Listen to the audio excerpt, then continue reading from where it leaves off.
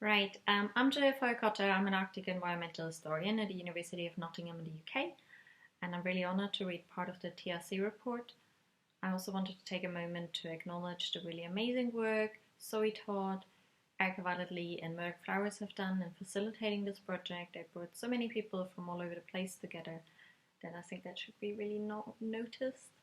I'm just astonished on what they've actually accomplished. So I'm going to start reading. I'm on page 53. The section is called Residential Schools in Pre-Confederation Canada.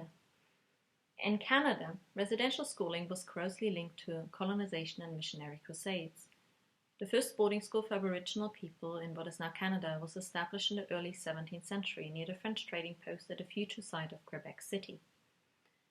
At this Roman Catholic school, missionaries hoped to both civilize and Christianize young Aboriginal boys. The school was a failure.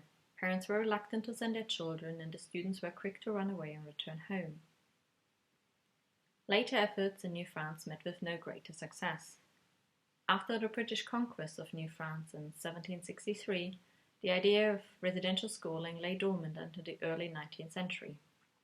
In the first decade of that century, the New England Company, a British-based missionary society, funded a boarding school operation in Sussex Vale, New Brunswick. The goals were to teach young Mi'kmaq and Maliseet children trades and to convert them to Protestantism. In the 1820s, John West, an Anglican missionary from England, opened a boarding school for Aboriginal students at Red River. Although these efforts also failed to take root, in 1834 the Mohawk Institute, a mission school on the Grand River in what is now Ontario, began taking in boarders. The school would remain open until 1970. In 1834, Egerton Ryerson, the superintendent of schools for Upper Canada, recommended the establishment of residential schools in which Aboriginal students would be given instructions in, quote, English language, arithmetic, elementary geometry or knowledge of forms, geography, the elements of general history, natural history, and agricultural chemistry, writing, drawing, vocal music, bookkeeping, especially in reference to farmers' accounts, religion and morals. End of quote. This he thought of as a, quote, plain English education, adapted to the working farmer and mechanic.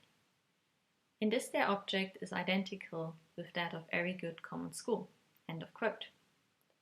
Pupils should be, quote, taught agriculture, kitchen, gardening, mechanics, so far as mechanics is connected with making and repairing the most useful agricultural implements. After the release of Ryerson's report, Methodist missionaries operated a number of boarding schools in southern Ontario in the 1850s. One of them, the Mount Elgin School at Munseytown, did not close until 1946.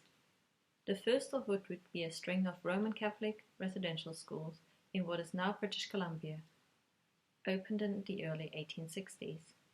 A school in Fort Province in what is now the Northwestern Territories began taking in students in 1867. So that's page 54, and I'm going to stop reading here. Thank you so much.